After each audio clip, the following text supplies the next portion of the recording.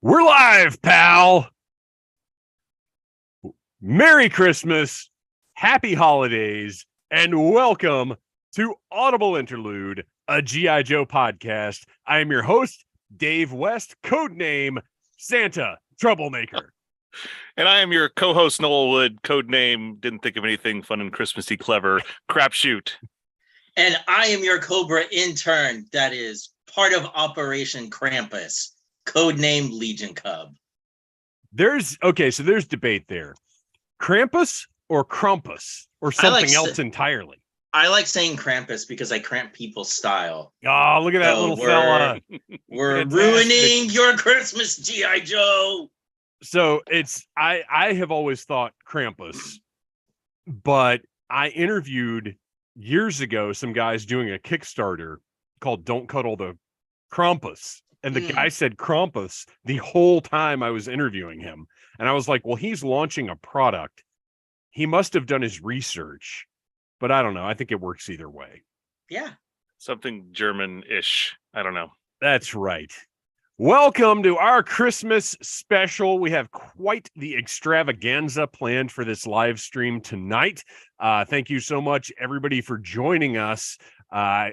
We've got a lot of fun stuff planned. But before we get too much far, oh, look, there's Thor Golden Cub Christmas. Yo, Joe, you got that right. All right. So you can find us on Instagram at Audible Interlude Podcast. That is the best place to interact with us. Shoot us messages. Tell us what you want to hear. Tell us what you thought of the most recent episode. Give us your input. Correct us on stuff. We don't get everything right all the time, believe it or not. As I like to say, enthusiasm over expertise. What my Christmas beverage in my lovely festive glass here, I'm just having a little hard cider. I didn't want to go too crazy with the bourbon tonight. I could not find alcoholic eggnog before. I make my own. Here yeah, just mix your own. Yeah, I just pour some bourbon into some. As a matter of fact, I'm an intern. I have to do so much for other people. One thing I don't want to do is make eggnog. I wasn't going to do this yet, but I've got a little mix here I've made up. Nice. So here's the thing too: when you're buying alcoholic eggnog, because they sell that stuff in grocery stores, it means it's not actually liquor. You're using like a malt. Well, base. if you get, that's why I don't buy it like from Evan Williams from like the liquor store. Yeah, that stuff is solid. Is it? Because I think I've seen that in like Kroger, but I could be wrong. Nah, the one I usually get has like Kentucky bourbon in it. Yeah, the Evan Williams is legit. I always make my own with a combination of rums and spices. I'll put a little extra nutmeg on top, and maybe some bourbon. Maybe I do it also with a little Kahlua and vodka, and make it almost like a White Russian with eggnog. That's a nice combination. I don't want. Eggnog has got to taste like eggnog. I don't need any Kahlua flavoring in my nog. That's blasphemy. Noel is fancy. Household. He is. Well, Noel is fancy. That is a fact. All right.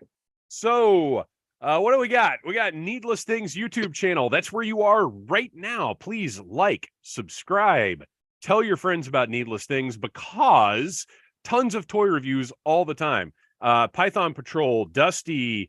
More Python Patrol, Vipers, tons of Joe stuff is going up in the coming weeks. Tomorrow, my review of this fellow, the Fresh Monkey Fiction Sergeant Santa, will go up, and he is phenomenal. I'm very impressed with this guy. So that review goes up tomorrow, and my review of other Naughty or Nice figures and accessories from Fresh Monkey Fiction the whole rest of the week is going to be that stuff. So check that out. So it's Joe and more here on the Needless Things YouTube channel. And of course, going forward, if everything holds right, every other Monday, you'll be able to catch us live, usually with a news episode. But of course, this is our Christmas extravaganza. And we've got next Friday, our year-end wrap-up will be our audio episode, wherever you get your podcasts normally, where it's going to be a big one. It's good, which is why There's been a lot at the end of the year. Yeah, that's why I'm sticking to cider tonight, and I'm not going full bourbon because we've got a lot of recording ahead of us. And then finally, on January 2nd, we will be kicking off the new year with the first live stream of 2023. Who knows if we'll have news to talk about? What's going to happen between now and then? Tune in and find out. All right. Well, our first segment up tonight, because like I said, this is not a news episode. This is our Christmas special. Our first segment is something we like to call Operation Wishbook. And in order to execute this operation, which Noel chose our subject, I'm going to have to do a little screen share, which means I have to put this away. Bear with us, folks. I promise you, I will never get over the technical difficulties of this podcast. Are you guys currently seeing our Wishbook page on your screens? Noel and Kristian, I'm asking. Yes, I see it. Yes, on our screens. Okay, so in like roughly 4.5 minutes, it'll show up on the stream that I'm watching because that's the kind of time delay that we have. Okay, there's my screen popping up. There it is. All right, Noel. Oh, let me get my cursor off the screen. Noel, do you want to tell us why you selected this page of the class? Well, first of all, why don't you tell us a little bit about the Sears Wishbook? This is the 1983 Sears Wishbook. If anybody here did not get to experience the whole Wishbook phenomenon, this was the best thing in the world when you were a kid, because a couple months before Christmas, it was Sears, it was JCPenney. There was a couple of other ones like Service Merchandise and a few other ones around here that did it too. But they shipped you this giant, like 600-page catalog. But there were really only a handful of pages that you really, really needed as a kid. That's true, because it was like the catalog itself encompassed everything from grills to ladies' underwear to sweaters to toolboxes. Like it was everything that these department style stores carried. Yep. But there was always that section in the back that you went straight for, and it wasn't the ladies' lingerie section until a few years later. At least not in my experience. But no, you always went for those toy sections, and it wasn't just because they had pictures of the toys that you wanted to buy. It's because they did this amazing job of framing them in a way that made you want them even more. As you can see, if you're looking at the screen right now, the reason why I chose this page specifically, even though there's some great G.I. Joe stuff, there's also another page that was adjacent to this one that had more G.I. Joe toys, but it wasn't even like all the official stuff at the top. The main thing that I wanted to talk about today were those two vehicles down there at the bottom that aren't even G.I. Joe vehicles, because these were kind of a perennial item in the Sears catalog from like 83, I think, all the way through like 86 or 87. These two little radio control vehicles that worked with your G.I. Joe figures. And I always wanted these, and I always asked for them, and I never got them. Somehow I managed to get lucky and only get the real G.I. Joe stuff every year. I didn't get this bootleg stuff. When you sent the link to this page, that was the first thing that jumped out at me. And my shock registered that I never had them. Because like I've said before, my dad was in the military and he loved the like legit looking military G.I. Joe stuff. I'm really surprised I never had these. Real quick, I want to check in with our audience here. We know Thor Golden Cub is here. Craig Dukas looking festive, guys. That's what we do. And the shirt, this may look like a photoshopped like TeePublic shirt. This is a licensed Hasbro shirt that I actually think they did a pretty good job with. I like it. It's festive. I always like timber because we actually have a husky in the house. The only problem I have with this shirt, why does it need to say Snake Eyes? Oh, yeah, I realize you can't see that because I'm sharing the screen. It says Snake Eyes on it. Season's Greetings is fine. Well, I'm in like a tiny little box at the top of the screen right now. Nobody can see it. Season's Greetings is fine. Why does it need to say Snake Eyes? And if it's going to say Snake Eyes, it needs to say Snake Eyes and timber. Let's see. Guys, got a Lady J from the original original classified series with the Spirit GameStop for $8. So finally, like, some of this older stuff needs to be going on clearance and getting cleared out. I still haven't seen movie figures on clearance in stores. I don't understand that at all. Yeah, that's bizarre. Yeah. Well, yeah, I've got a couple of them off of Amazon on clearance, but not in stores. And then we've got Kevin Riddle, my brother, and myself got to circle what toys we wished for, and that is a great memory. I miss the wish book so much. And that's exactly what we're talking about here tonight, Kevin. These wish books, as Noel said, whether it was Sears, Service Merchandise, JCPenney, which Service Merchandise was my favorite. Those, 10 to 12 pages of toys really set the tone for the season, and you would get back there but it wasn't just about the pictures of the toys. It was about what we're looking at right now, which compared to later years, this is a pretty crude diorama. Yeah. It's literally like some green, a large piece of green felt, but they did get some like model railroad grass and gravel dust or whatever to sprinkle on it. There's some rocks on there, tiny patch of snow, tiny little bit of snow. Well, we'll get to the snow. Whatever that is that the photographer was enjoying. But then down at the bottom with Noel's phenomenal generic vehicles, it's actually sand and this big giant rock in the background. Like, this is more like what we're used to seeing in these wish books. It's an actual outdoor looking scene. So between these two vehicles, first thing I got to call out, you guys. So these are not Hasbro vehicles, but they are definitely being manned by Hasbro figures. Oh, sure. The wish book always did that, though. Did it?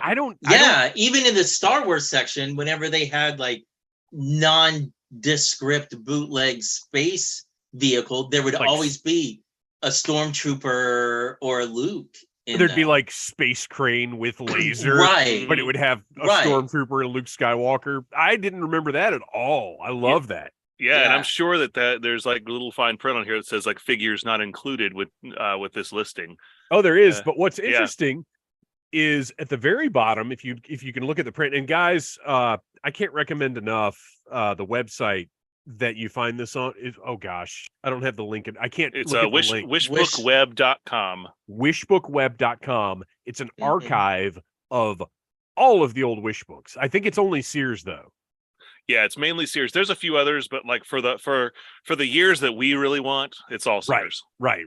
Well, yeah, because I think Sears actually had the copyright wish book. Yeah, wish book was there. Book. Everything else was like dream book or dream log.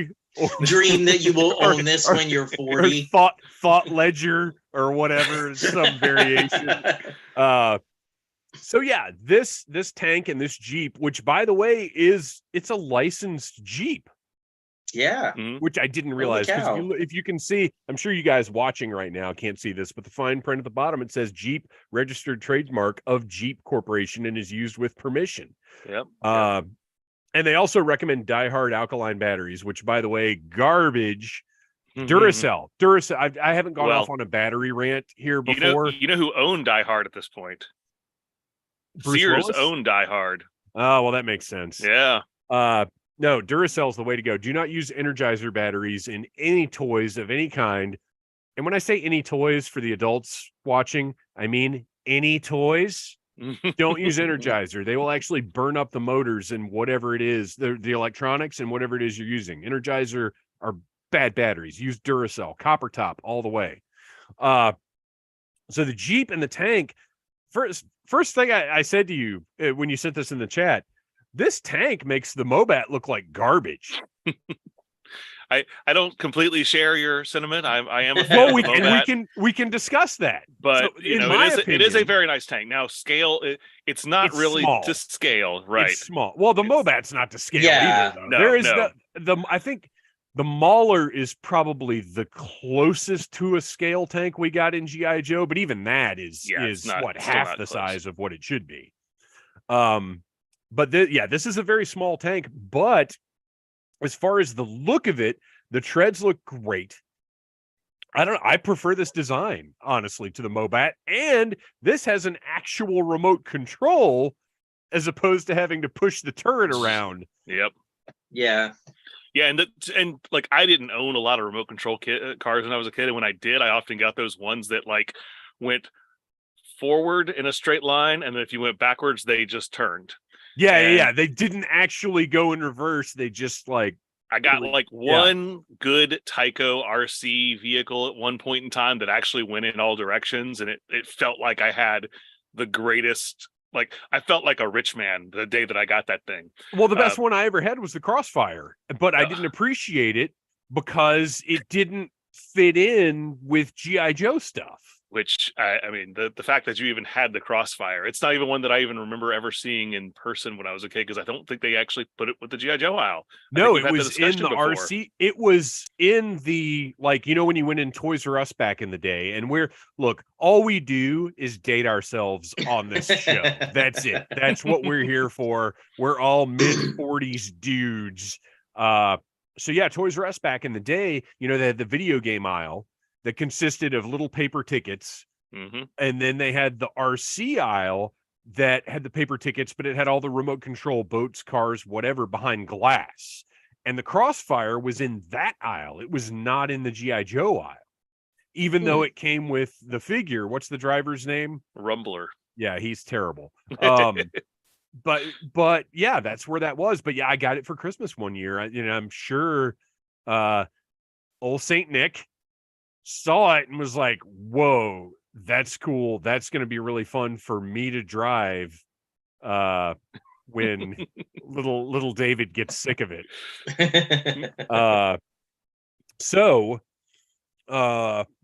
Yeah, that I really dig this tank. And if you guys are looking where I'm looking, doesn't it look like there's actually a cover that can, I'm sure you can't get the figure in there, but it looks like there's actually a cover for where the figure is. Yeah, it looks like something is swung back. And it also looks like both of the guns, the main turret and the little manned turret, actually move up and down. Mm-hmm. Yeah. I mean, which granted the Mobat, the main turret did, but the smaller gun was it was fixed. Mm-hmm. This thing is awesome. And I would like to track it down, but I don't want to know how much it goes for, because it's probably one of those things, even though it was available for so many years, I bet it's one of those things that's like high dollar. And finding one that still works is probably even more difficult. Exactly. Because people probably put Die Hard or Energizer batteries in it and ruined it. And then the Jeep was the one that was really the one that I loved the most, because I always wish that G.I. Joe had a real Jeep. Like, I love the Vamp, don't get me wrong, but I always wanted, because my dad drove like a Jeep CJ7 when I was a kid. Oh, wow. I always wanted a Jeep in my G.I. Joes, like a real live Jeep. Some of my favorite Transformers were Hound and and Brawn, because they were actually Jeeps. This one, it's got the little seat belts that go over the shoulders. You've got Stalker in there and Grunt manning the gun in the back. Well, and that's a key point of this Jeep, is it actually has space for the guy to stand in the back and man the gun. Mm-hmm. Mm-hmm. Like, I still think the Vamp is a cooler looking vehicle, but as far as a toy that you can interact with, this Jeep is better. Silence. And it's radio controlled. It's radio control. Well, it's is it radio control, or is it one of those? It was a radio control, but it just has the it's just the one that goes in forward and reverse. Yeah. It's got the little, and actually it's got a steering wheel, so I was gonna say it's got a steering wheel on it, so I figured it was just a regular remote control. It says left and right. Wow. That's really cool. I would love to find both of these. But I bet, because at the time, look at the price on this. So up top, and we'll get to talking about the G.I. Joe stuff in a minute. So our Sky Striker, high dollar item at the time. In 1983, Sky Striker was, I think, the most expensive item in the line. Well, the headquarters would have been Was the more headquarters expensive. was 84, wasn't it? It was 83 because Oh, it's was it actually 83? it's actually on the next page of the catalog that I did not share. Okay. So the headquarters would have been the most expensive, but the Sky Striker at $17.99 was a very pricey item, and this tank is $24.99, and the Jeep is $19.99, which is probably the explanation for why I never had these. Which sounds like a bargain to us today. Oh yeah, know, right? If I could get them right now for that price, for sure I would get them. But I would be willing to bet. You know what? If we were able to find these, and I can't look on eBay right now because we're screen sharing, I bet if we did find these on eBay, the Jeep would be more expensive than the tank, because it looks to me like the Jeep has more little parts to it. Mm-hmm. We'll have to do a little follow up next time, next live stream, and see if we can track these down. Because I would love to investigate into that a little bit more. So now we got to talk about the G. Unless you guys have any more thoughts about these two beautiful generic vehicles. If anybody had these things, share your stories. With us. us. If anybody in the comments had these, then by all means let us know. Or if anybody listening, because this audio version will be available this Friday. If anybody listening to the podcast had either one of these, you shoot us a message, let us know, send us pictures, whatever, or just tag us if they're pictures up on Instagram. Tag us, let us know. I'd love to investigate these a little bit more. Love to have them, but like I said, that's probably not going to happen. So now we've got to look at the top portion of the page. Oh, we'll check in real quick with the comments. Remember that at Tomimoto. Oh yeah, I remember that at Toys R Us. Right. That's the classic Toys R Us setup in the like non-toy portion. Craig Dukas, nobody will ever fix my turret. Just saying. Tomimoto, I had the Sky Striker XP14F and I barely used it because I wanted to keep it mint as a kid. What? I have no idea what happened to it, but somebody has my mint jet. That is terrible. You know who has it? The kid that won that Pepsi jet. He just runs around stealing people's jets. That's right. No, that's why we play with our toys. And Craig Dukas, we're getting to Snow Job. Hold on to that comment, buddy. All right. That was the first thing that caught my eye. There was Snow Job Snow? Yes. Okay. Tell us about this little scenario. Well, it is such a stark contrast from the rest of the scene. And I guess because you never had characters in the other toy lines that I played with that were. Oh, of all the times for your feed to freeze, you guys were going to wait for Kristian to join us again. Spirit of Krampus got him. That's right. That's what you get for being a Cobra intern, pal. So yeah, that was one of the things that jumped out at me as well, was Snow Job and his little patch of snow. And that's what Craig said, was just Snow Job seriously bring his own snow to the battle. That's dedication.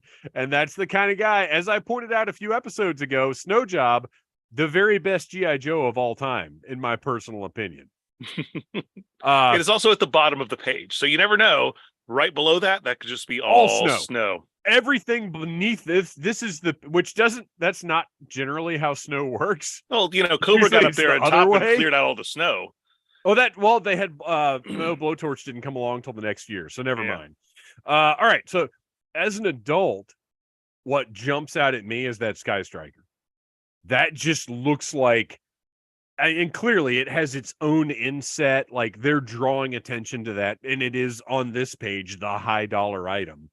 And it's also it's definitely taken from the prototype. Yeah, because it's got the black production. fins. It's got the black fins. Right. And it looks gorgeous, and it makes me, I cannot wait to get my HasLab Sky Striker, and man, I wish I had bought two. Well, it makes me think that Sears didn't actually have one to photograph, and they used some imagery that Hasbro sent them. But I mean that. But look at the sky. That background. Well, that's what I said. Is because if you look at it, it's a photo collage with the rest of it. They didn't just string it up. It's actually a separate photo that's superimposed on top of the rest of it. Right. So it could very well just be a stock photo that Hasbro sent him. Oh, that's right. Because in 1983, Sears would have had access to photo technology that allowed them to just put that image on their own sky background. That's because this is definitely like the main picture with the Cobra headquarters and everything is definitely like a Sears photo studio. Mhm. But the Sky Striker, the sky background matches what's in the background there, but I think they use some trickery. I think you're right. Yeah. About that being Hasbro's and that image. technology, considering that my dad did a lot of photo collage art as when I was a kid, Oh, that really? technology was called scissors. That's hilarious. All right, Kristian is back with Oh my us. gosh. Kristian, finish your theory about Snowjob. Oh, just that it's just very much Captain Cold, where now I can't help but to think that Snowjob keeps snow in his backpack so that Right. he's like, no, wait, guys, I can go with you. Well, And he's like throwing snow, so he's he like can... Iceman. He's like Yeah. Iceman with his Frozone. Frozone from Incredibles. Yeah, that's how Snowjob like, we're going gets into around. the jungle. It's okay. Hold on. Okay, I got this. And they're just like, yo, Snowjob, take off the skis. So yeah, Snowjob jumps out, the Sky Striker jumps out, and let's see. Okay. The thing, I had to print my notes because I knew I wasn't going to be able to look at my notes on the screen. So I'm reading. Boomer. I'm reading off a piece of paper like a primitive here. So the Sky Striker blew my mind, but the thing that really blew my mind once I noticed it, after I was done noticing the Sky Striker, is Clutch in the Fang. So that didn't bother me because my scenario was like, okay, Clutch is clearly stealing this Fang, but then I realized he's also in the vamp. He's also in the vamp, which gives us a double Clutch situation. Yes. Which, by the way, is a name that they used for Clutch later on for copyright reasons. So here we have the source of Double Clutch, which is not to be confused with Double Flash. Although now that I'm looking at the Clutch that is in the vamp, he almost looks like he's got Breaker's head, but it's definitely Clutch's. Oh my gosh, you're right. Chest. His beard looks brown, doesn't it? Yeah, and the helmet also looks like it's slightly different color. So Whoa. they may have swapped some body parts around. Well, and he also looks terribly uncomfortable, but I think that's just how Clutch looked in the vamp because the vamp was too small. Good eye. I didn't even consider that because I was so blown away by Clutch and the Fang. So the Fang looks great here. It would look even greater with an actual Cobra in it because the Joes surrounding it would seem like they have a purpose other than just, hey, look at Clutch in the Fang. Man, that's funny. That's now the voice I'm going to use for Gung Ho all the time.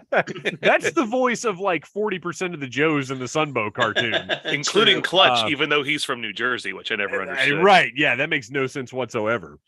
So the Sky Striker, the exciting panel says, "Sweep back the wings, retract the landing gear, and zoom off to complete maneuvers in this giant Sky Striker XP-14F, nearly 2 feet long. If the enemy strikes, remove the ejection seats and parachute to the ground." Like, they summed up everything. Not everything, because it didn't really talk about the removable missiles, but they really did sum up the main features of that Sky Striker very nicely in that simple paragraph. They really wanted you to think that parachute worked. I mean, it did. You just had to pinch it by the top and slowly right. let it You go had down. to move it down. And then we have the caption at the bottom of the page, or in the actual the pricing and everything else. Posable 3 3/4-inch figures are plastic. State-of-the-art plastic action vehicles have realistic detailing, including tire treads and gas caps, just like real Army vehicles. Sets include all pieces pictured. Figures included, except 3, which is the Fang. So it's letting you know the Fang does not actually, the Cobra Fang does not actually include a G.I. Joe figure. Very important note. So we talked about the landscape work a little bit. This is one of the least impressive landscapes from these Wish books, but it's early on, and you can tell they still did like put a lot of effort into it because they've got, I mean, this is clearly all like model train debris because you can look at the little bushes and everything. So I would love to interview the person that put this together. What went through their head? What went into it? And here is a fantastic thing that I'm sure exists somewhere. Some crazy G.I. Joe collector, because there are none crazier than us. Some crazy G.I. Joe collector has a massive room in their house where they have recreated these Wish book dioramas. Do you think that's a reasonable? I completely think that's reasonable because I mean, I know people who have recreated the catalog or the old Lego idea books. So yeah, I can imagine that they've done the same thing. So if you or somebody those of you who are watching or listening, if you or somebody you know has recreated or plans to recreate any of these scenes from these Wish books, we want to know about it. Let us know. Hit us up at Audible Interlude Podcast on Instagram. We've lost Kristian again. That dodgy little Cobra intern. So looking at the overall picture here, in the context of 1983, the 83 lineup is incredible. Mm-hmm. Do you want to tell us about these guys a little bit? Because at this point, 82 was the first year of Joe. 83, we've got our 6 guys down here at the bottom. And let's talk about them. Well, yeah, we got some like real specialists in year 2. And of course, we kind of diverged a little bit from the standard green army men. That was the main crux of the first year, notwithstanding Snake Eyes. So we got as they are listed here, medic, copter trooper, and marine, as we know them. They're sold in a 3-pack here. That's Airborne, Doc, and Gung Ho, of course. I love that Airborne is copter trooper, and I also love that this 3-pack is $7.99. Yeah. Well, I had to look up what Airborne's original military specialty was. It's helicopter assault trooper. So so that's actually they shortened it down, but I was like, that seems kind of weird because I'm pretty sure he was not listed as copter trooper. But they even put the little parentheses at the top to show you that they were abbreviating the word helicopter. Right. But yeah, I love the fact they were selling them in 3-packs. You also had mine detector, air, sea, land trooper, Arctic trooper, which obviously should be sea, air, land trooper because it's torpedo, the Navy SEAL. Yeah. But yeah, I mean, like that was kind of the coolest thing about seeing the Joes in 83 was that you were getting like really specialized characters. Now you've got this frogman. Now you've got this guy with skis. And I've always said the Tripwire is always kind of the one that seems like he should have been in 82 because he was one of the Green Army men. There was always a mine detector guy. With those packs. And of course you got Doc with his stretcher. He just laid out on the ground and he's just sitting waiting for someone to get hurt. Somebody get shot and fall on this thing. Would you give me something to do? But yeah, this is so exciting in the context of 1983, seeing these 6 new troops and their specialties and like how much they stand out from those 82 Joes. Mm-hmm. It really is fantastic. All right, we got some comments here. Craig Dukas, once again, you are like the RZA of G.I. Joe because you're always coming up with the great ideas. He's saying that's pre-Zartan in the Fang. That's not even a clutch. That's a Cobra in disguise. He was going to infiltrate the Joes, but unfortunately they were all just standing around watching this helicopter land. So he landed. He was like, oh, I gotta go, and took off again.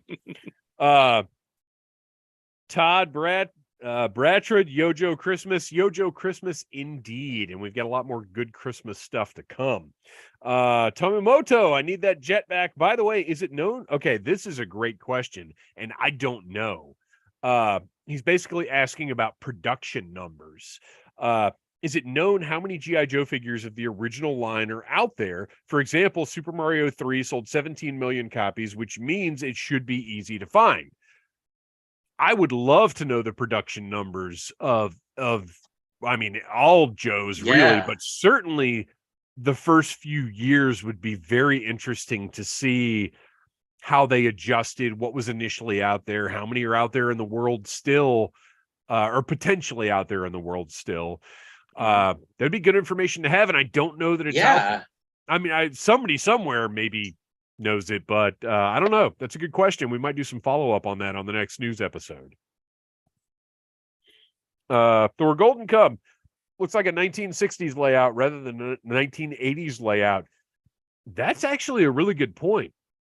It does very much look like something you would have seen with the old school Joes. And by 1983, they hadn't fully transitioned to the new smaller scale and the new, more dynamic environments that we would see in like the commercials and everything else. That's a really solid point. And then Casey Wheeler, Podcast from the Pit. Everybody check Casey's show out. Good to see you here, Casey. Airborne is the best. Airborne, I love Airborne. As a matter of fact, I've talked about on the show how many Airbornes I had to go through to get myself a new Airborne because he kept having issues, lots of Airborne issues. All right. Oh, I love the fact that Tripwire, they actually laid his mines out in front of him. That's such a nice touch. Yeah. He's making his job easy. He's got something to do. What else jumped out at you guys about this page? We've got to talk about They didn't give Torpedo any water. They brought that's right. Snow Job, and Torpedo's like, all you need walking is around those flippers on a little the rocky surface. Hot glue to make it look like he's standing in a puddle. The Vamp got some driving cones, and Torpedo's just. I'm glad you mentioned those traffic cones because I made a note when I was sometimes when we pull up stuff like this, it flashes in my brain and I'm like, oh, I remember that. This one, I have no recollection of this because I don't remember the Cobra. What is it? It's the Cobra Command Headquarters is what it is called. Yeah. I had no recollection of this until Hasbro offered it a few years ago for San Diego Comic-Con. I did not remember this at all. And I don't remember this page like I remember some of the later year Wishbook pages. So when I was a kid, if I had seen this picture and gotten the Vamp, I potentially might have been annoyed that the Vamp did not have those traffic cones. Like, I'm not even kidding. Yeah. I'm trying to remember because we had all pieces pictured. So, I mean, granted, I know that the rocks aren't pictured when I'm looking at this as a kid, but when I see Snow the Job cones, is not going to come with those little snow nuggets. Right, but the cones are obviously a part of a toy. So, yeah, I would be surprised if I were looking at this and then I got the Vamp later and it didn't have it. These actually look just like the cones that I got, which I'm pretty sure came with my my Tyco RC little remote control car that I also used with G.I. Joe. But this would have been a couple years, I think, before those Tyco cars came out. See, I was thinking those looked like the cones that came with some of the construction. There was a line... I'm not talking about the metal Tonka stuff, but there was another line of construction stuff that came with these blocky figures with 5 points of articulation. They all looked like little muscle men. They had their neck articulation. They could move forward and back, and they were just these like thick little dudes. We're not going to get into it right now, but those remind me of the ones that came with those guys. And I think they would have been out in 83, but I don't know for sure. All right. I think we've covered just about everything. So, yeah, we covered the generic vehicles. Do you guys have any more thoughts about this Wishbook? Did either one of you have the Cobra Command Headquarters? No. No, but I vaguely remember seeing in a wish book like this at one point. So but you do remember it existed. I remembered existing, but it fell out of my brain for years. Like the very first Star Wars toy I ever had was the Cantina playset. Right. And so I never wanted to own another toy that was made of cardboard again. Was Oh. what that was, and I knew this was made of cardboard, so I never asked for it. That makes sense. This is what I would have been asking for sure. Oh, really? This would have been Oh right yeah. up your alley. No, as a kid, I wanted the play sets. Well, and Give me that before you give me the vehicles. If you can see it, for those of you watching, I've got the new one right up there, and it is really cool. It's very well constructed. It actually has depth and like play value. So it is a cool little set for being made out of cardboard. Like I would have loved it when I was a kid, but I kind of would have been afraid to play with it too. Yeah. To me, just like anything that was made out of cardboard felt like it was a temporary thing, and I wanted my toys to be something that I could play with in all sorts of environments. Yeah. I agree 100%. All right. Well, Noel, give us that website one more time. It's wishbookweb.com. Pretty easy to remember. This is, again, from the 1983 Sears catalog. It's on page 576 if you just want to look it up, as a shortcut there. So there you go. Everybody check that out. And it is time to move on.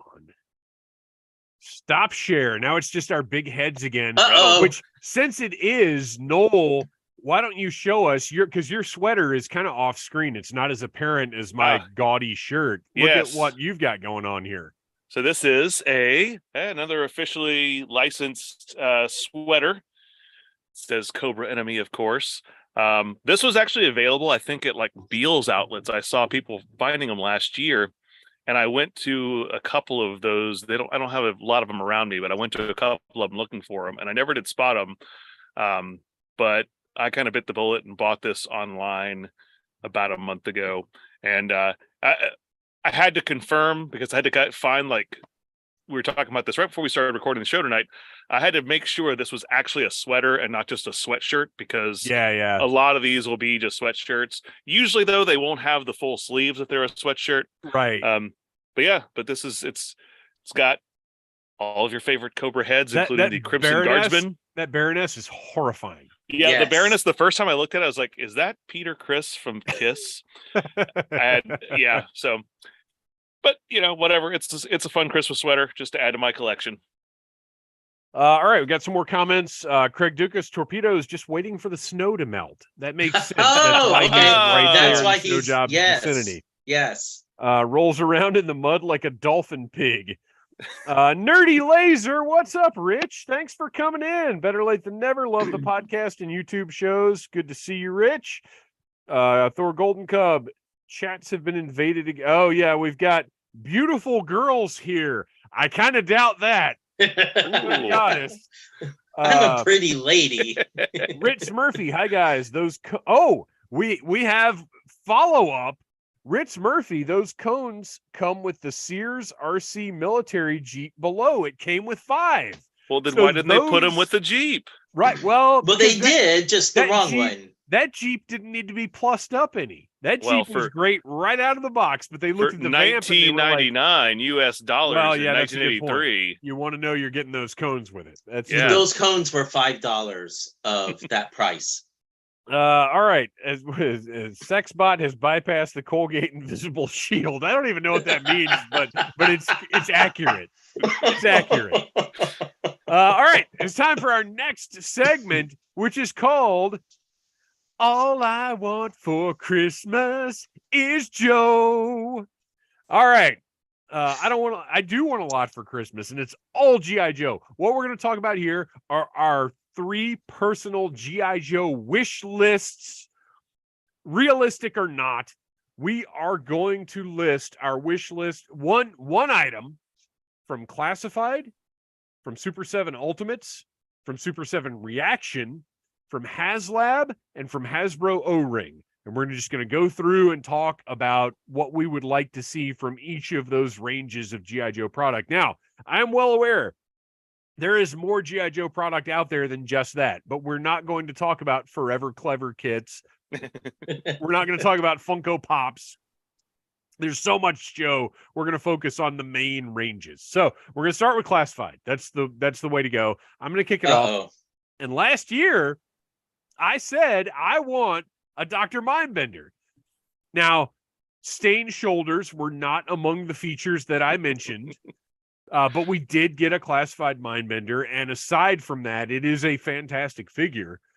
This year, I have a loftier goal. This year, I know this breaks toy industry protocol. I know we cannot have these companies sharing technology and communicating back and forth, but this must happen. Hasbro, I'm appealing to you. I'm not going to go on another rant here. I'm going to be nice. Please call Mattel and say, Mattel, we need to know, how do you get the vac metal on that Masters of the Universe Origins line? How does that work? Tell us how the vac metal works, because I want a classified series Super Trooper and I want it real bad. I would can you imagine, after seeing, because this is what put this in my head, after seeing Sergeant Slaughter, after seeing Serpentor, and what they're doing with some of the wilder stuff, can you imagine a classified Super Trooper with the vac metal vest, the big shield, the rifle? Like, that could look so awesome. And obviously it would probably be like a con exclusive or something, and that's fine. But Hasbro, Lenny, babe, please call somebody up at Mattel and ask them how it works. I want my Super Trooper, and I want it to have vac metal. If you give me a Super Trooper with like a gray vest, I'm not going to buy it. Or at least I'm not going to tell anybody I bought it. So that is my Christmas wish for classified. Kristian. No, go to Noel. Oh, okay. Okay. Kristian's so good. I'm having a Quiznos moment because I had 3 things for classified, and I'm totally still Sophie's choicing. I cannot pick. Fair enough. That's fair. All right, Noel, what do you got? All right. Last year, my wish was for a scrap iron as a deluxe figure, which we don't have yet, but it was announced. But it's happening in June. So and it is going to be a deluxe too. Yeah. So at one point we're getting that. So for my next wish list for classified, I'm going to go with a vehicle figure combo. I want a Cobra Claw.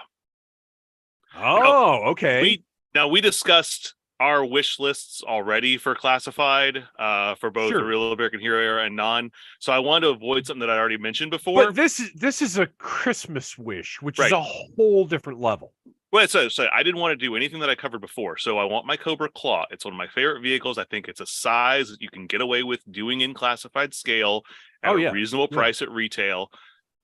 For the figure that goes with it, I want the 2007 Cobra Air Trooper, which was the Cobra Trooper who has the coyote colored harness and the gas mask. Yeah. It came with the jump jetpack that was recolored, but I think it would work really, really well with the claw. It's right there. Nobody can see it, but it's hanging from my ceiling right up there. Yeah. Yeah, it's a great figure, and it'd be a perfect choice for the claw. And you've got parts. I mean, you can essentially reuse a trooper's body with just new colored accessories. You just put that mask on there. And the claw, I think, is a perfect vehicle for classified. Well, I mean, the claw. Well, and think about this though, the claw wouldn't be really bigger than Baroness's motorcycle, that coil motorcycle, but the scale of a classified claw, it could be very large. Like, it could be really cool and impressive, imposing. The other thought I had was, if you finally going to do that Cobra Commander figure in original colors, you pack him in with that. But I think we're going to get him carded eventually. And I'd rather have a troop builder. Any of the little vehicles they do, I would rather have a troop builder if that's an option. That to me is the way to go, because a lot of these vehicles I wouldn't mind having a couple of, but I don't need a couple of Cobra Commanders to go with it. Yeah. All right, Kristian. I hope you're done. Sophie's choicing. I did. Sophie's choosing. 2 things have totally died. Merry Christmas. All right. Save them for next year. So I want a G.I. Joe Outpost Defender with Grunt. Oh, we already know we're getting Grunt. Oh, darn it. How did I not have that in my notes? All right. Then make it short fuse. Yeah. Well, my other choice before, when I was first making my notes, was for it to be Flash. But that's just because I like Flash. I don't think he really fits with the Outpost Defender. Doesn't the Outpost Defender come with like kind of a mortar?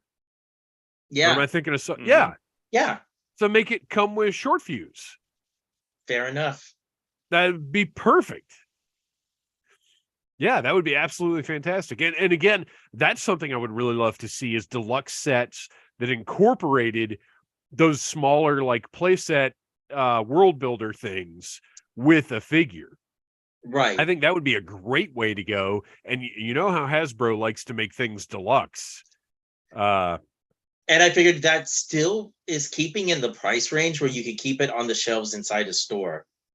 Yeah, I think so. Mm-hmm. I think I definitely need. It seems reasonable to me that piece count, that tooling would be in line with Crocmaster. Mm-hmm. I think so. All right. Very good. I love it. Moving on. Super 7 Ultimates. Oh, there's a problem with our server. Where did our comments go? There we go. Comments are back. Chrome paint pen. All right. Now, I'm dying to try out one of these chrome paint pens. However, that is not an acceptable solution for my Super Trooper. Super 7 Ultimates. Last year, I said I wanted Horror Show. And if I had any idea how things would go last year, I would have said, I just want to get some Ultimates. Because we don't have any yet. We're looking at probably February at the earliest. But it is looking like the first 2 waves are going to come at the same time. So that's good. So last year I said Horror Show. This year, I want Dusty.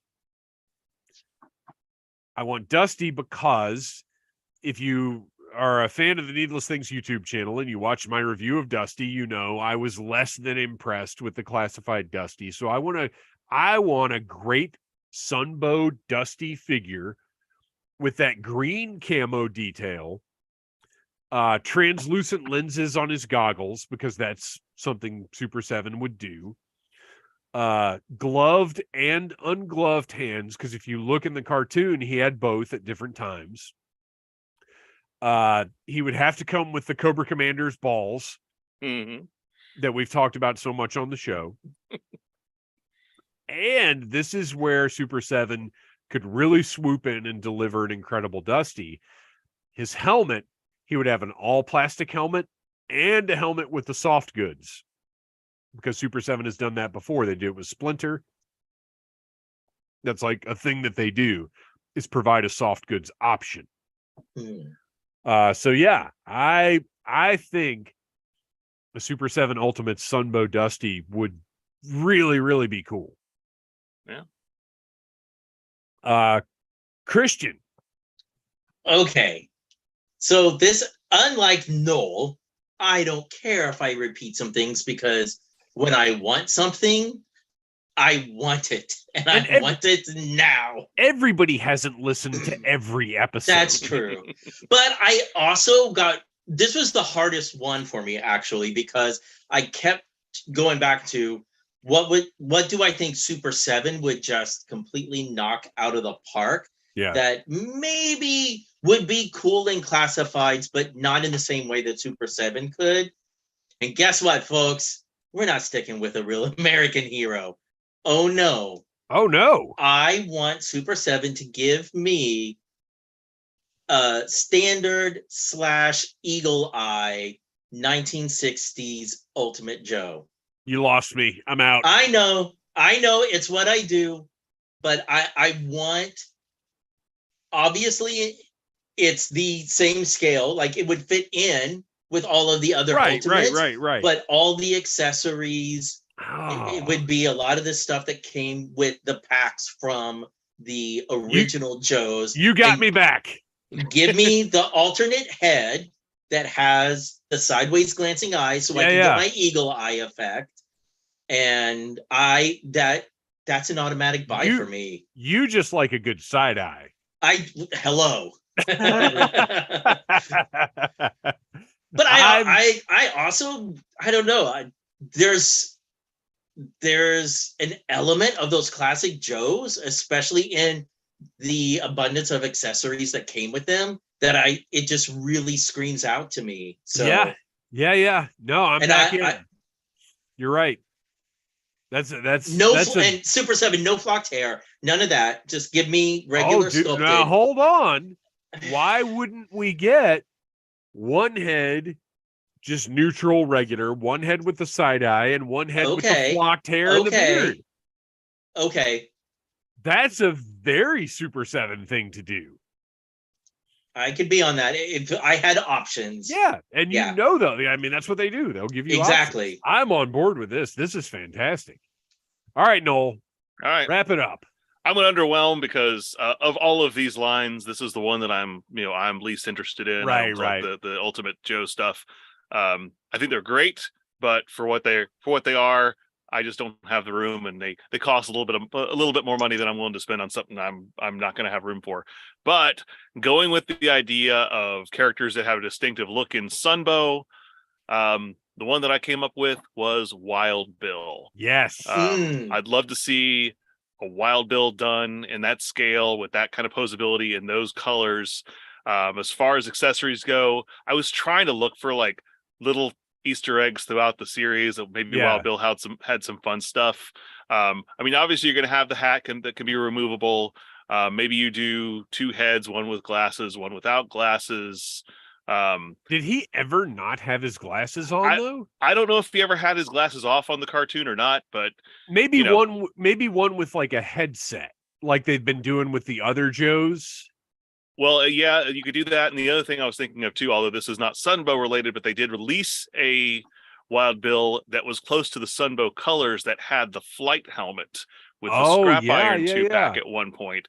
So you could put that in as an alternate headgear. Well, and they've done that because all of the Ultimates have a mix. Like the Sunbow is the central look, but they do add in other elements. So that, I mean, I could totally see them doing that. That would be very cool. I like that. Yeah, and then of course you got his assortment of little pistols that he can keep, his little 6-shooters.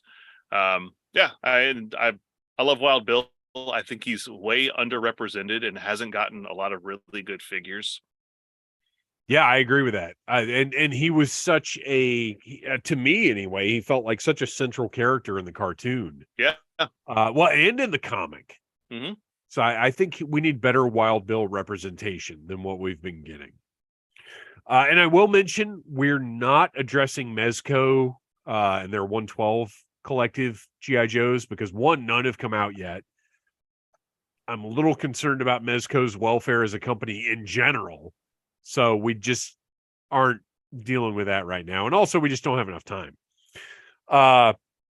Let's see. We got a lot of support for the flocked hair head from Thor Golden Cub, from Nerdy Laser. Definitely down with the flocked hair. Nerdy Laser, I would like a Roadblock or Payload Star Brigade classified and a HasLab Triple T. Solid. I'm up for it. I can't wait for classified to get even like weirder and later. I want to see what some of the neon stuff is going to look like in classified. That big Star Brigade armor. I have Star Brigade and Eco Warrior stuff that was on this list before I narrowed it down. I will say I like the idea of a HasLab Triple T, but the problem is they released the wrong Slaughter already. Had they released the one that was the mail away separately, then you could do the Triple T with the figure. Well, they can mix it up though, and nobody'd be mad about that. I'm sure that'd be fun. Well, somebody would be mad about somebody would, because we are talking about G.I. Joe fans, but it would be fine. All right, so Super 7 reaction. Last year, I said that the line had priced me out. How Boy, you untrue. wrong. Right. And I said that when they went to $17.99. I was wrong about that. But I did request bats, and they delivered. This year, and I think I've said this in every scale thus far, or every range thus far, I need a Dr. Venom. I don't care who makes it or where it comes from or what line it's in. I just want a Dr. Venom. And I think Reaction is probably the most likely place we're going to see it. But I don't care what it comes with. I don't care if it's part of a play set. I don't care if it's just the figure. I just want a Dr. Venom. Noel, what's your reaction wish? Well, last year I wished for a once a man Snake Eyes. Yes. half snake Commander. half snake Cobra Commander. Sorry, didn't get that. Obviously, maybe it's still on the table. It's definitely something that Reaction would probably do. This year, my wish, I'm gonna go big. I'm gonna dream big. This is gonna retail for $100 if it comes out. Do it. But I want a Cold Slither 4-pack Oh, yes. with Zartan, Ripper, Torch, and Buzzer in their Cold Slither outfits and all of their instruments, including the drum set. You got to have the whole play set. Well, and it's got to be at the very least a cardboard stage that you can like build out of the packaging or whatever. But the packaging itself, you're going to have, you'll have everything will be laid out in the package, so it'll look great on your shelf without opening it. Yeah. But, you can also take them out, and obviously you're not going to have very much articulation for the guitars and stuff, but, you use your imagination. You don't need it. I mean, that's fine, though, because Super 7 has done, they've done Lemmy, they've done Johnny Cash, they've done figures. Matter of fact, Super 7 has made DJ figures. Mm-hmm. It's this Grandmaster Flash with a turntable. We can work around the articulation limitations. Yep. But I'm telling you, Super 7, you put that out, you sell those 4 figures with the instruments, got to have the drum kit as part of that. Yes. And some sort of like stage setup, even if it's cardboard, I will shell out $100 for it. Yeah. I think pretty much any Joe fan probably would. That's a great call, and it's exactly the type of stuff Super 7 does. Kristian, what is your reaction wish? All right. So with Reaction, I also dug my feet into the sand and said I'm not budging, even though it's something that was already picked. Super 7, you've got to give us a Dr. Venom figure. We've had Quinn, we got Snake Eyes. Yeah. If I want to recreate all those early issues of Joe, we've waited this long and you're holding out on that one figure. And he's so key. Exactly. I am very surprised that they have not made him yet. Yeah, I am too. And almost to the point where I wonder if Hasbro has some kind of like, we're not making Dr. Venom thing, which that's pure like nonsense and speculation. Please don't take this to like the Joe forums and say, looks like Hasbro has an anti-Venom agenda. I'm just being silly. Then they need to make, what is their other line for their self-created? The Uglies? Oh, the worst? The worst. Oh, then yeah. just make a worst Professor Poison. Dr. or whatever Snake Juice. There you go.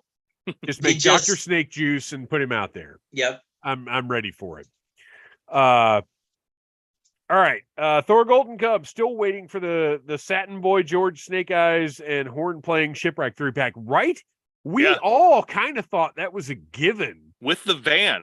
You throw that van in there. Yeah, absolutely.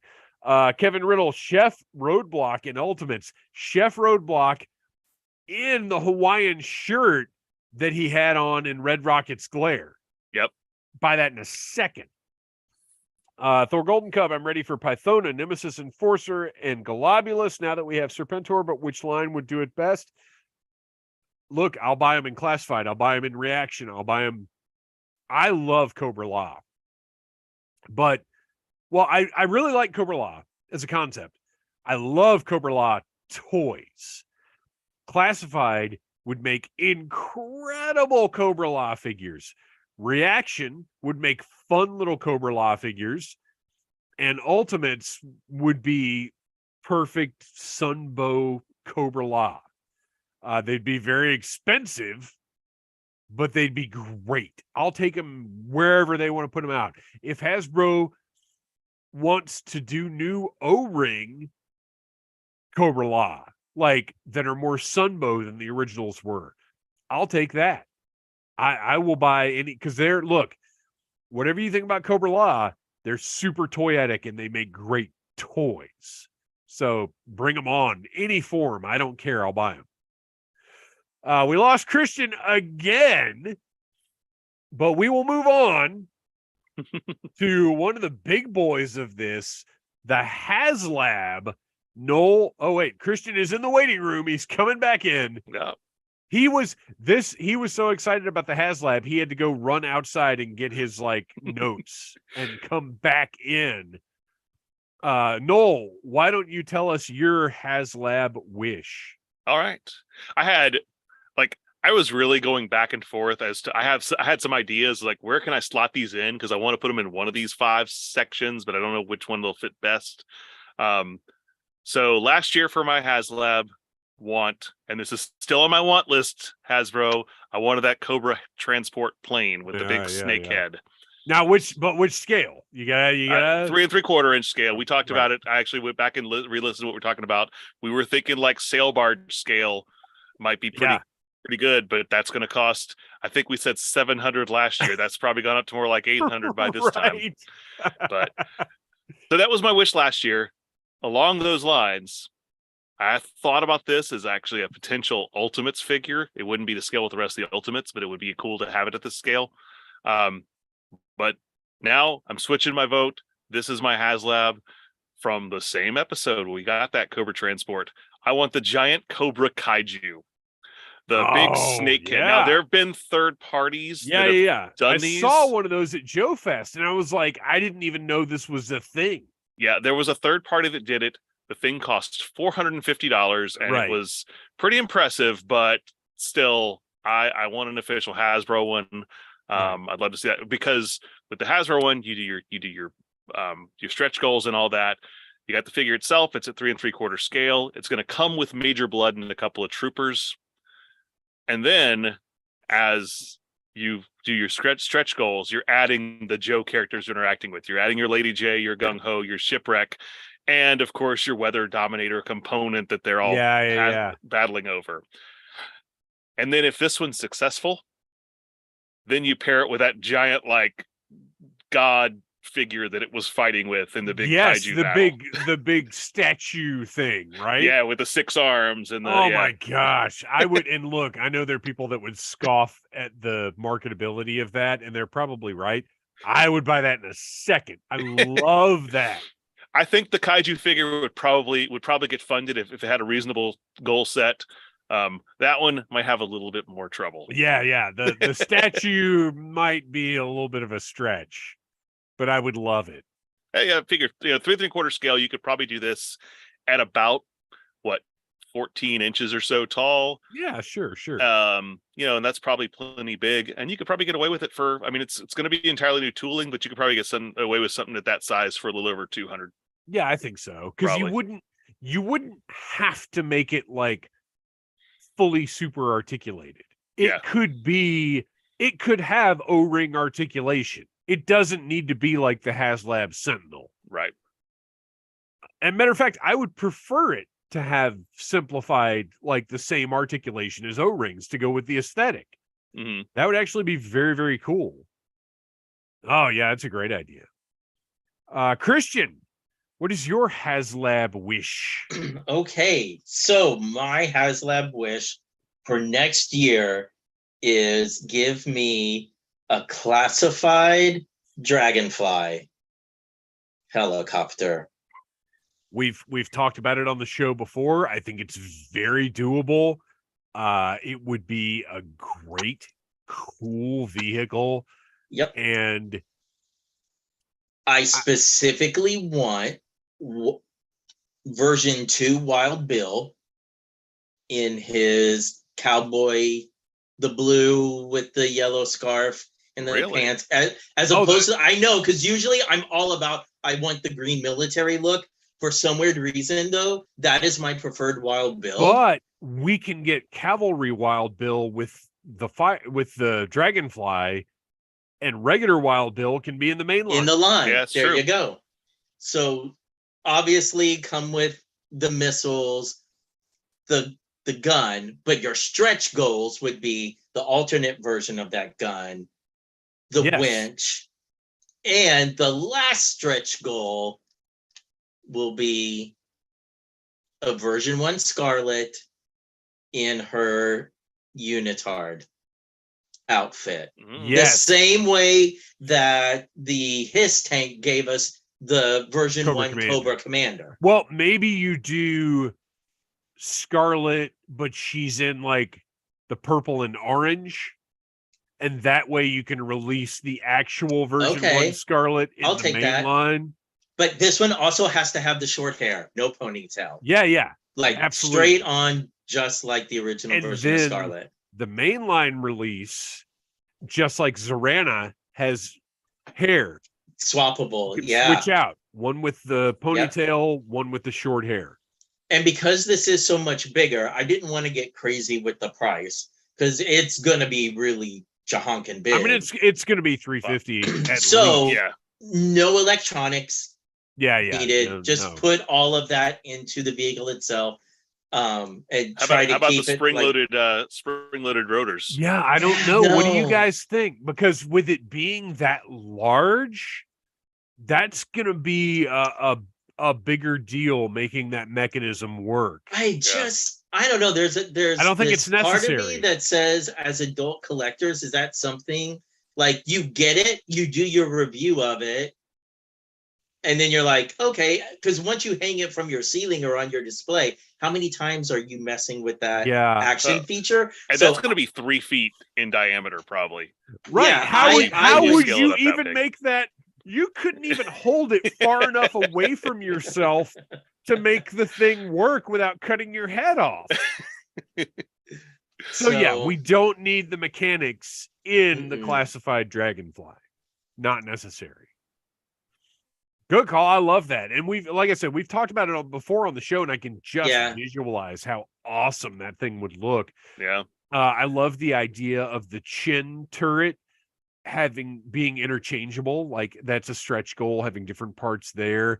Maybe even the entire, the little wings on the side having different interchangeable, like chain guns or rockets. Different sets of rockets. Right. Yeah. Instead of like the single missiles that were underneath it, like one side you could have like, the quad missile launcher or Tommy gun.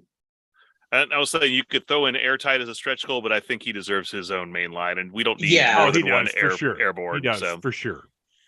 All right, let's see. Casey Wheeler, I would love a HasLab USS flag for the new O-rings, make it more modern and come with a 10-pack of crew. Look, I'm down with that. It would be astronomically expensive, but I'm down with that. Yeah. Thor Golden Cub, great idea, Noel. I would love a Dominator statue and the Cobra robot. So we've got some good stuff going on here. Yeah, and I thought the Dominator with that would be good to get the whole thing, but I mean that scene where they're running out with that one part. Yes. I mean, you could incorporate it and have it peg in with the rest of the Dominator, I suppose. All right, so my pick last year, I said I wanted an O-ring whale, and I still do.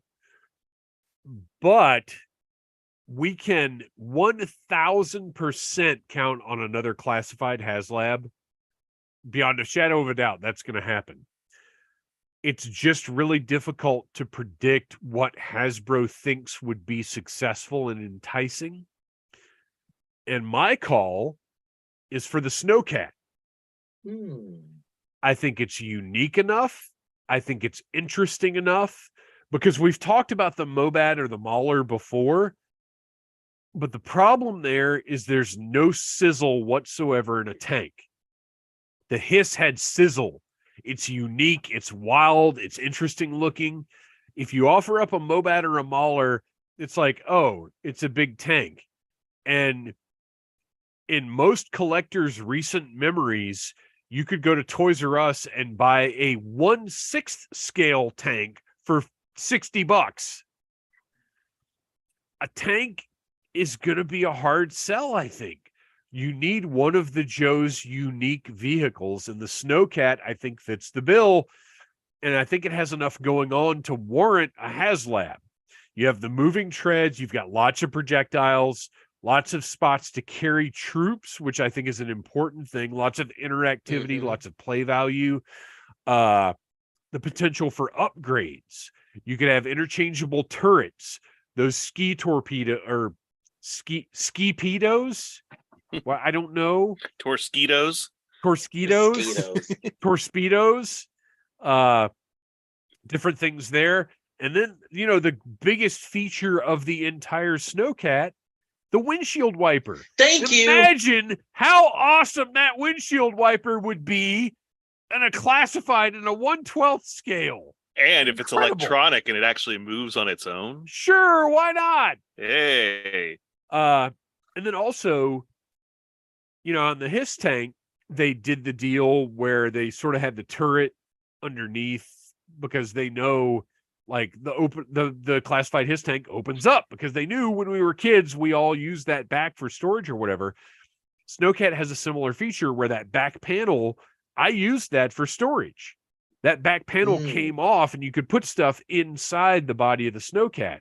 So for a classified Snowcat, you can actually design it so that panel flips down and you can store skis or whatever in there. Obviously, it comes with Frostbite.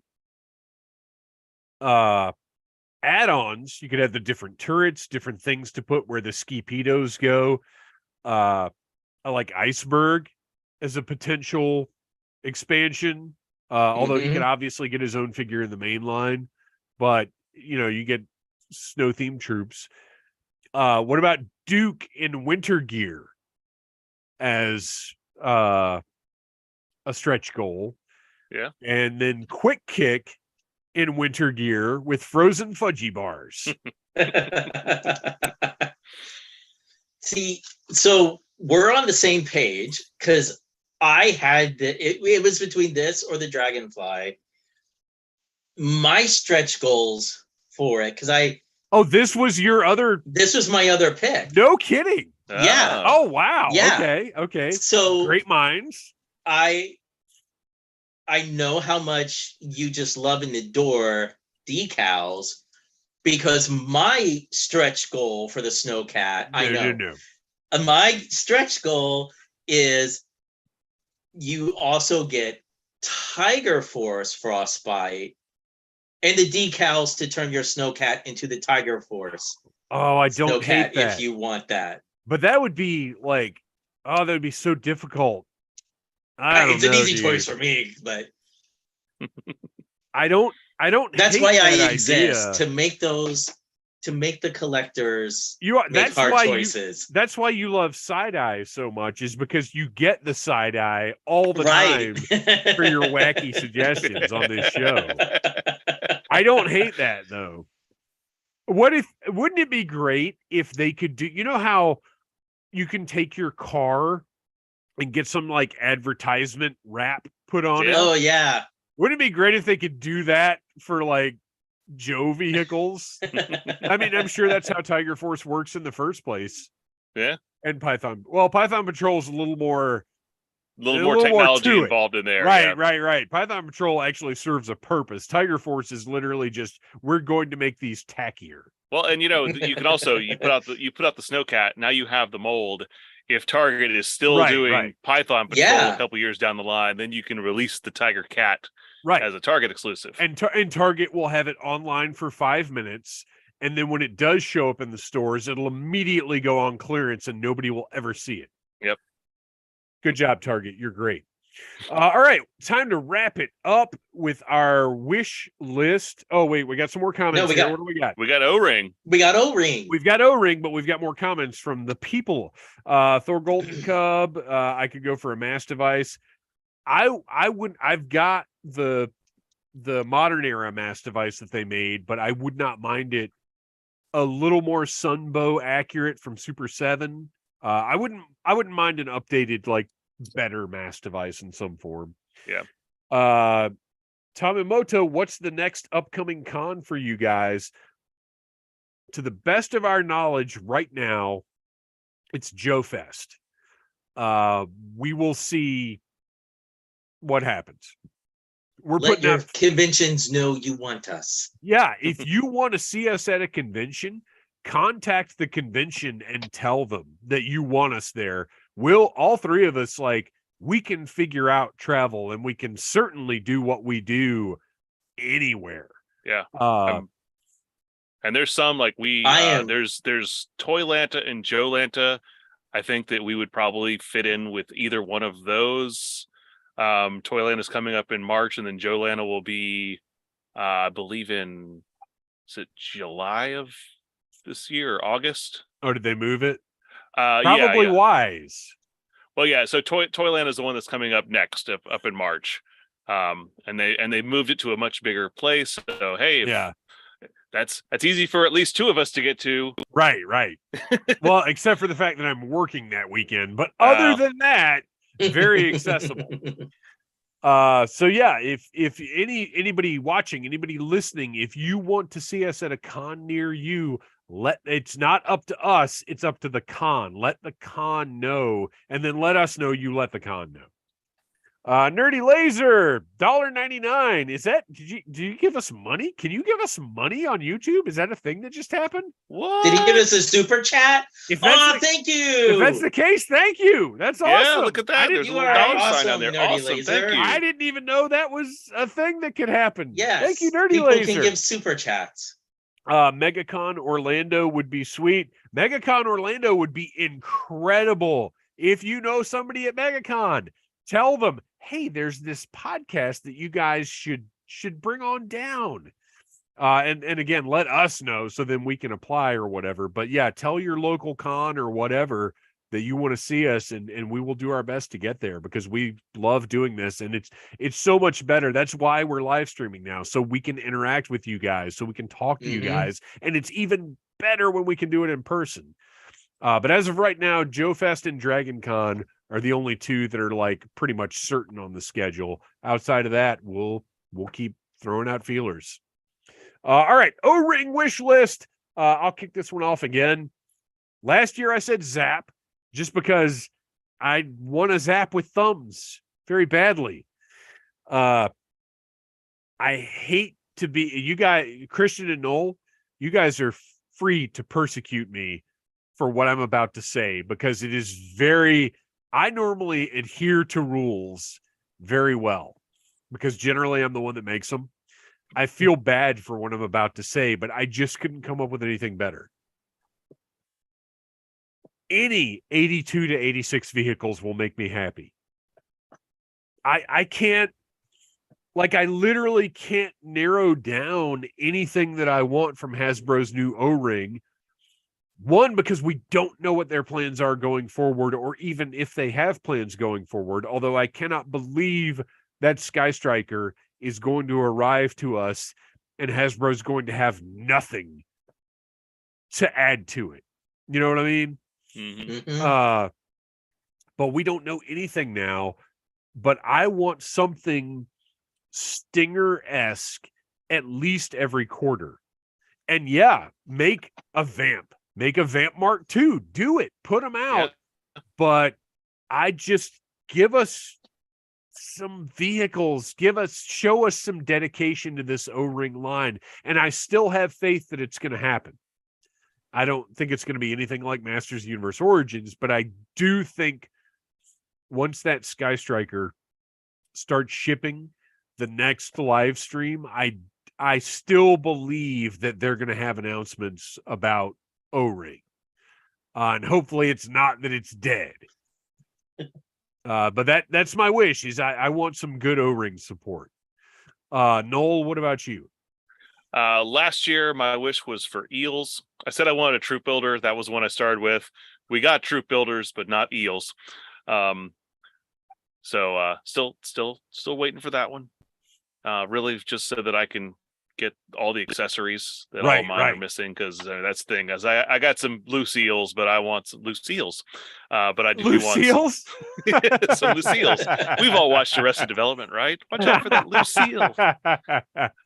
But I'm going a little bit bigger this year. I'm dreaming bigger on just about everything. So I too want a vehicle, but specifically one vehicle that I think that it's gonna cost a few bucks. It's gonna be a little bit more than just getting a Stinger, but I'm sure that I will shell out for it.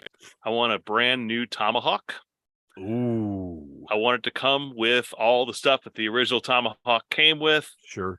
And I don't know how good the mold is. I don't think they reissued that one. They did. Did they? I've got a modern era Tomahawk. It was a Target exclusive. I That's think. right. Yeah, I do. I think I do remember seeing it at Target. And yeah, it's pretty faithful. Yeah. So, I mean, you've got a recent, but we usage don't of it. know if they still have any of those. It's true. So it may still be new tooling, but all the new tooling they're doing, they're scanning the original stuff. So it's not as labor intensive as it once was. But you get your lift ticket. Yes. With your microphone. With finally. the microphone. Yeah. And it's also going to come with Lifeline. Sure, yeah. Because you got to have your medic to, help out everybody that they're rescuing on that big old helicopter. Yeah, absolutely. I love it. I'm down. Let's do it. Kristian, what is your O-ring wish? My O-ring wish is to see them at mass retail. Oh, wow. Okay. But besides that, then I also was back to my typical way of thinking. What is something that I really like in the Joe line? If you're about to say you want a Bullet Man O-ring, no, I'm gonna leave. No, I legit. I was also thinking what would be in that same price range as the Stinger, because that was such a great deal. Yeah.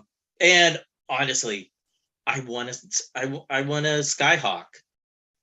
Sure. I already have one. I would love another one, and this time I wanted to come with Slipstream as the pilot. I know he had that other, but the Conquest, yeah. Would it actually have a closed canopy with that? Was my question. Yes, I think that you can very easily get a clear plastic insert, so you actually have a closed cockpit. Well, okay, and that's one that sell at a low price point. I think that's one that you could easily get at retail. That's a good question, though.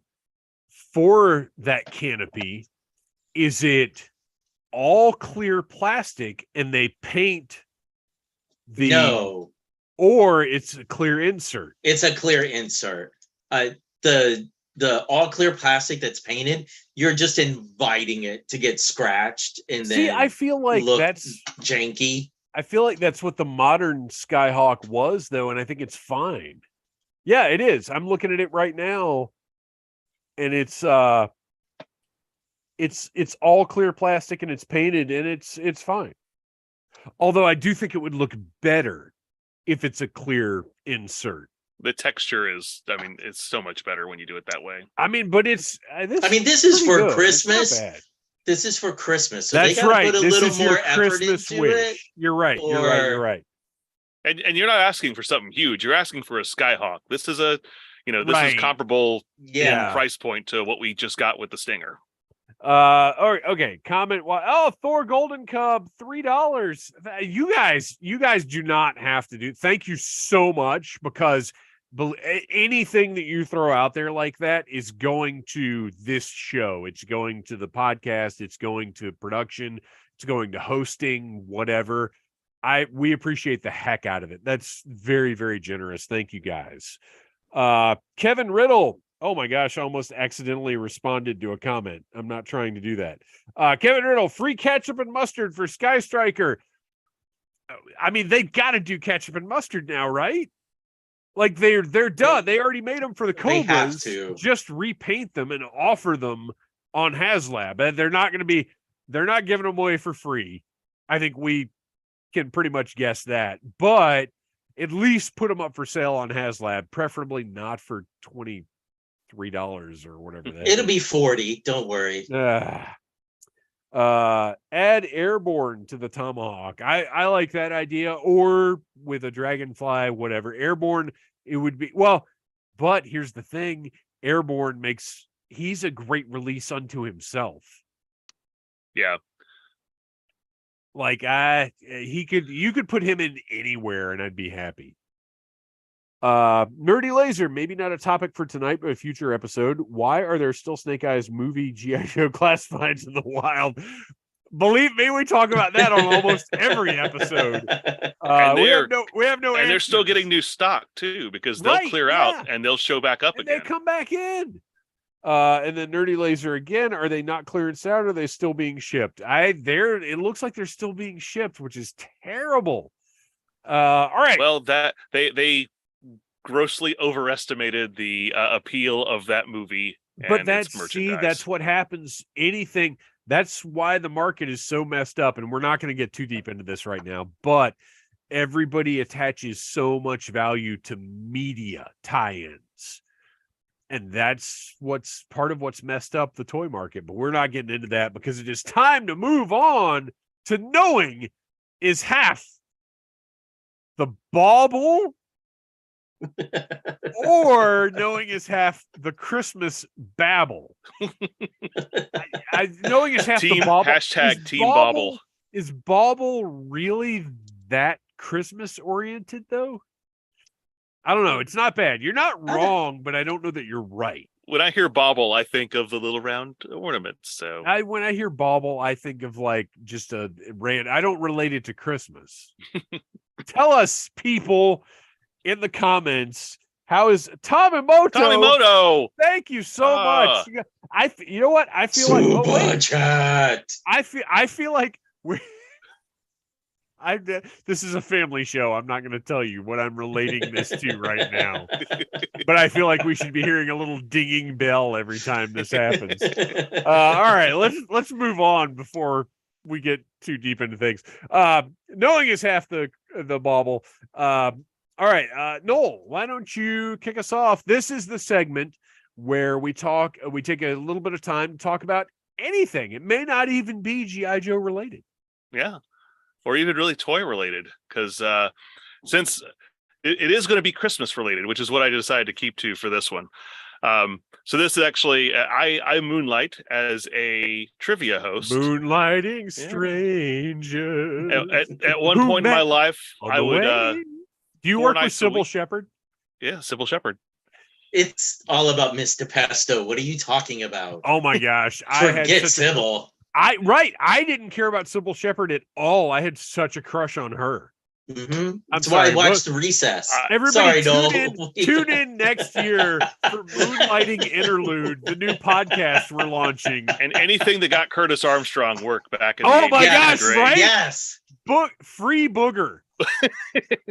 I think he's doing just fine. He's still doing voiceovers, doing voice work and everything. Yeah. So anyway, going back to where I was going. What were we talking about? So this is knowing is half the bauble. I do some work as a trivia host. At one point I was doing up to 4 nights a week. Now it's I do 1 night a week, but I've had a regular team that's been playing with me for a long time at one of my locations. I don't really know if you remember back in 20. Noel, stop the presses. Matthew Comstock comes in with oh my gosh, and like a golden signifier thing.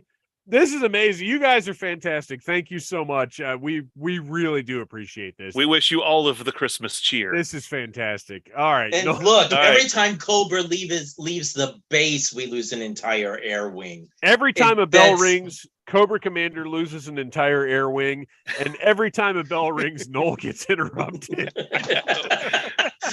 I'm telling you, I'm just gonna be here's my babble, Merry Christmas, and then move on. It's pretty much what I can do at this point.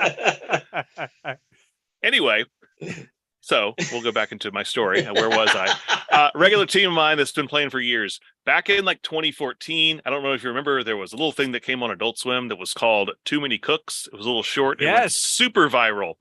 So I often ask questions about things that have gone viral or that are in the news. And I asked a question about Too Many Cooks, which has a G.I. Joe reference. So this is actually kind of G.I. Joe related in a sense.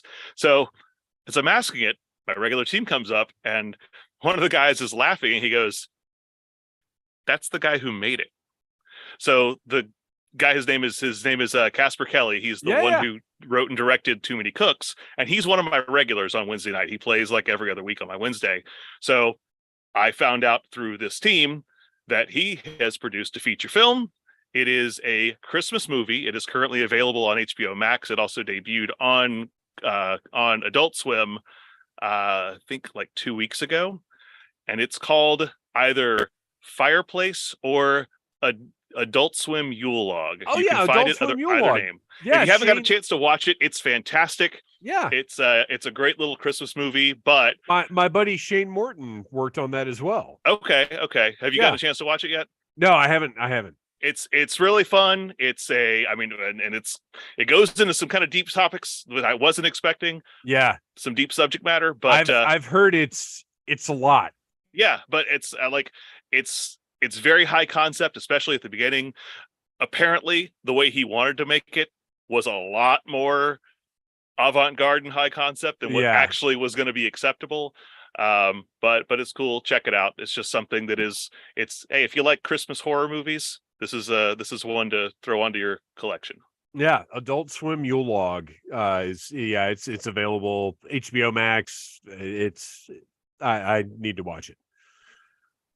All right, Kristian, what is your bauble? All right. I wanted to wish everybody a happy holidays. I hope you have a great one. But totally unrelated to that, for those who don't know me, besides animation, I also very much so love the artistry that is involved with puppetry. And in case none of you all were aware, there is a fantastic Jim Henson podcast called A Feat of Lunatic Daring, which some friends of ours also run. So I wanted to give a shout out. They are back for their new season, and they are covering season 5 of The Muppet Show, which actually happens to contain most of my favorite episodes. So after you're done listening to our podcast, please head over and give a listen to A Feat of Lunatic Daring. It is an insanely professionally made podcast that puts every other podcast to shame. It's so well made. That is our buddy Chad Shonk, who is fantastic. That's great. I love that you mentioned that. All right. Well, as you can see, I have set a little bit of a tone here in the Phantom Zone. Let me get my singles. Right. I need to add a little something here to my look.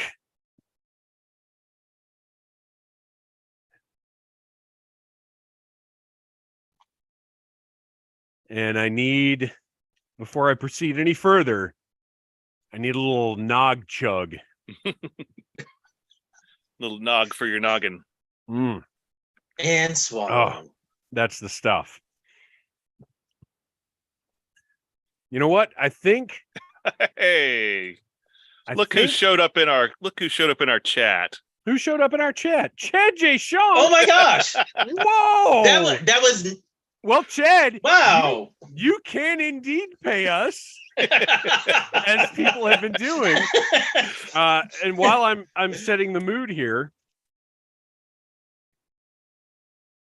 lighting this is a Gingerbread Village candle in order to read a little something special. Are we getting a peppermint pig while all this is happening too? No, the peppermint pig is a whole other thing. All right. This is my knowing is half the bauble.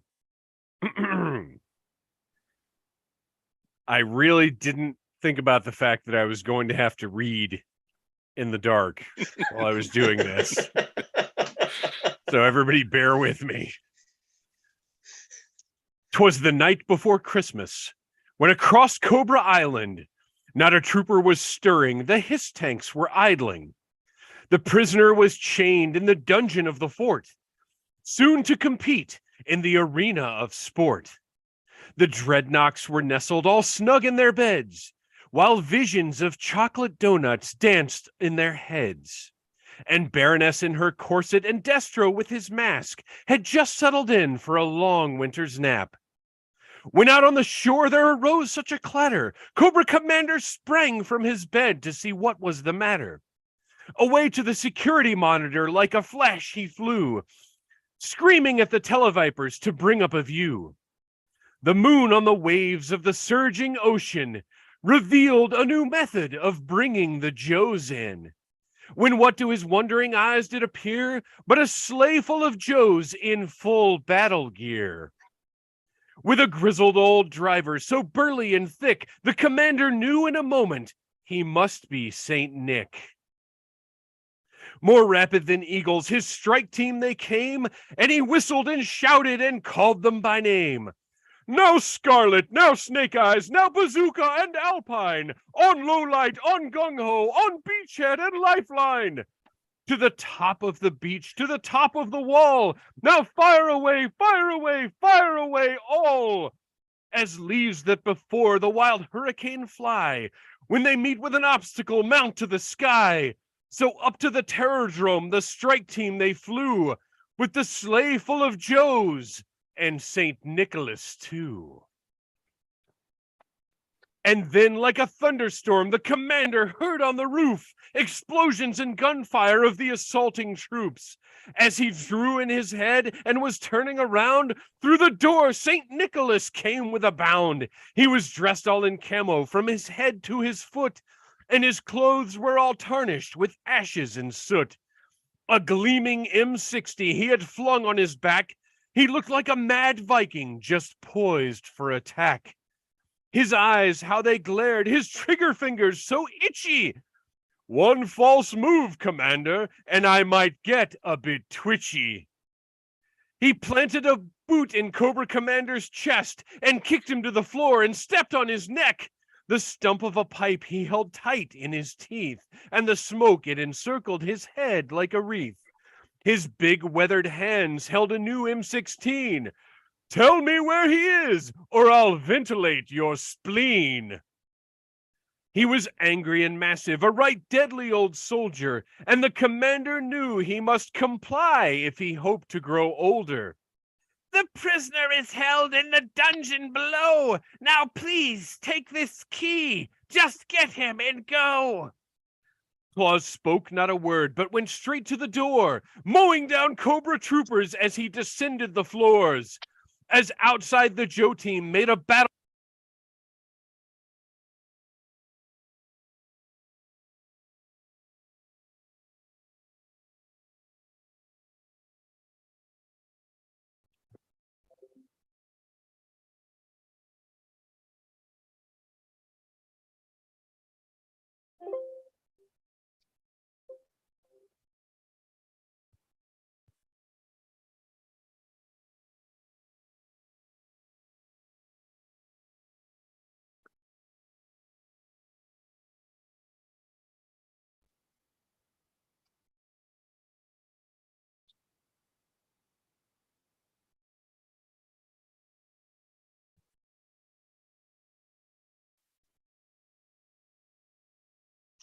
I'm getting a message we lost audio. Yeah, I can't hear. I can hear you. Yeah, I think we lost Dave's audio. But we're still live, pal.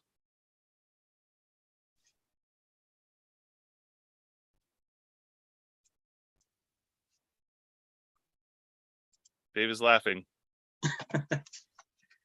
Can you hear us, Dave?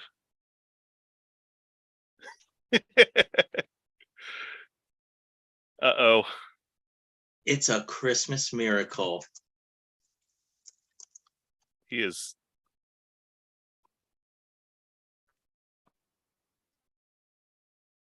Although I like the whole pantomiming aspect of this now. I think, Noel, you should dub. I should dub Dave's actions. It was going so well. I know. I was so I was into it. enthralled. Yeah. Oh my gosh. Hey. There we go. Of all the times for the audio to go out, are you kidding me? Did you hear any of that? Yes, we had you right up until the near end. Oh my You, gosh. you were on the second page. Well, here's what I Well, think yeah. happened. So that headset has been hanging on by a thread and I can't find another one. Does this sound okay? Do I sound okay Yeah. right now? Yeah, you sound fine. Okay.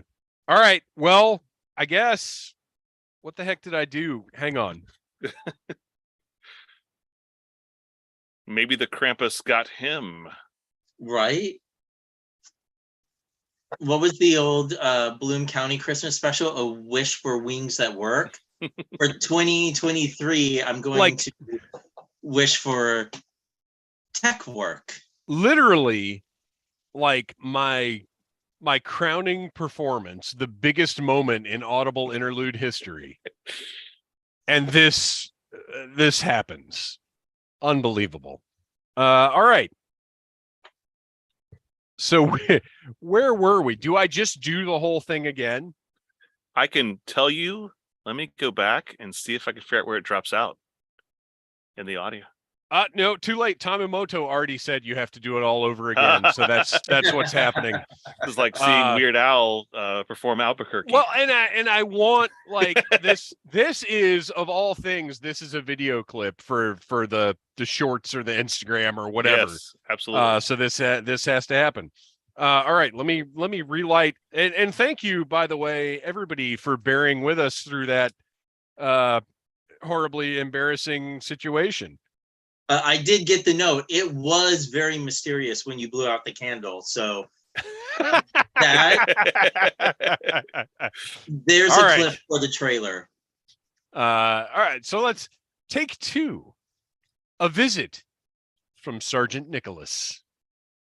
'Twas the night before Christmas when across Cobra Island, not a trooper was stirring, the hiss tanks were idling.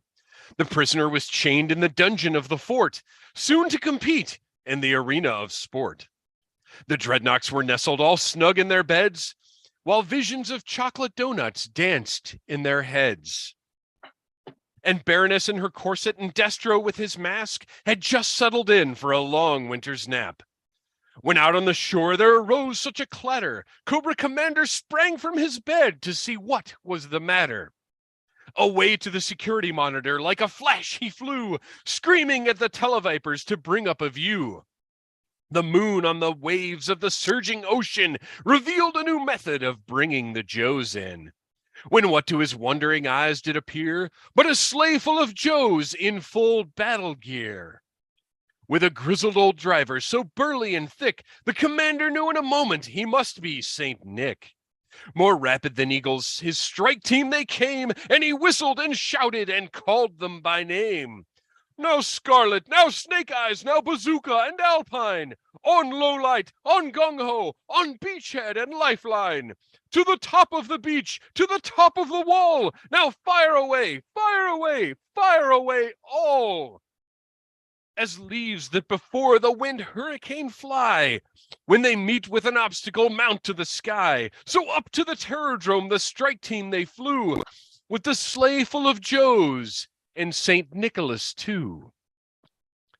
And then like a thunderstorm the commander heard on the roof, explosions and gunfire and assaulting troops. As he drew in his head and was turning around, through the door St. Nicholas came with a bound. He was dressed all in camo from his head to his foot, and his clothes were all tarnished with ashes and soot. A gleaming M60 he had flung on his back. He looked like a mad Viking just poised for attack. His eyes, how they glared, his trigger fingers so itchy. One false move, Commander, and I might get a bit twitchy. He planted a foot in Cobra Commander's chest and kicked him to the floor and stepped on his neck, the stump of a pipe he had tight in his teeth, and the smoke, it encircled his head like a wreath. His big weathered hands held a new M16. Tell me where he is, or I'll ventilate your spleen. He was angry and massive, a right deadly old soldier, and the commander knew he must comply if he hoped to grow older. The prisoner is held in the dungeon below. Now, please, just take this key. Just get him and go. Claus spoke not a word, but went straight to the door, mowing down Cobra troopers as he descended the floors. As outside the Joe team made a battlefield hell, St. Nick entered the dungeon and opened the cell. He gestured to the prisoner, who of course was Duke, and away they all flew as Ace dropped a nuke. As the warhead lit up the small island below, Happy Christmas to all, and to all a Yo Joe! And there you go. That's how that was supposed to go down. Amazing. The first time. There's the proper candle blowout. You guys, thank you so much for sitting down and talking about G.I. Joe. Thank you, everybody in the chat. It is like a Cobra-thon. This went way longer than we'd planned, mostly due to technical difficulties, partially due to the fact that we just love G.I. Joe and Christmas so much. Andy Samford provides all of our music. Check him out at electricminnowmusic.com. You can follow us on Instagram at Audible Interlude Podcast, on Twitter at G.I. Joe Audible. Kristian, where can we find those wonderful pictures of yours? You can find me on flickr.com and Instagram under Legion Cub. And Noel, why don't you tell us a little bit about The Finest? The Finest is a G.I. Joe costuming club that raises money for a fantastic organization called Canines for Warriors. Check it out at thefinestcc.com or the Finest Facebook, Finest Recruiting Center on Facebook. Thank you to everybody who contributed tonight. This was a lot of fun. We appreciate all of you showing up. Matthew Comstock with a $4.99. Thank you. That is fantastic. You guys are all awesome. Thank you so much. And until next time, Merry Christmas to all, and to all, Yo Joe. Cool.